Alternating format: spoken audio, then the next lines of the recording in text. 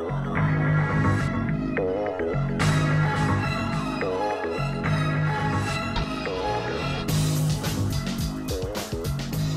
company, and a lot of financial planners do, is you look at the individual. You look at where they're at in their life and their assets that they have, and you can direct them on how to allocate those assets. So how does that relate to the term that I have heard and I read this morning on diversification?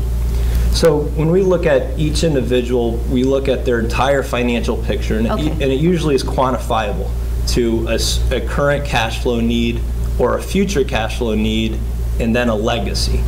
And so when we do all of the math and we determine what we call your family benchmark. So let's say we do the calculations, and what you specifically need on your investments is 4.3% annualized to achieve everything you want to achieve in life.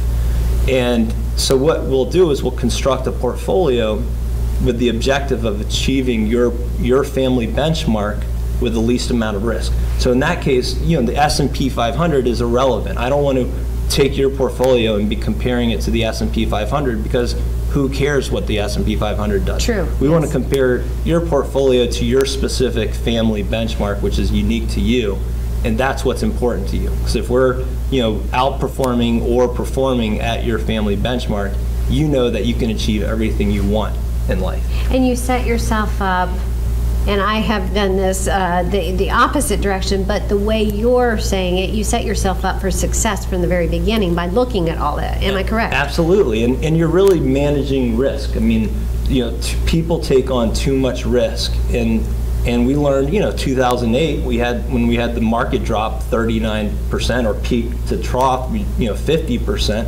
If you were 5 years or a few years from retirement and you were in all stocks and you lost half of your money, I mean, that means you would have had to work longer, save more, really change your lifestyle. And the point is, if you didn't need to take on that risk, yes, then why do it?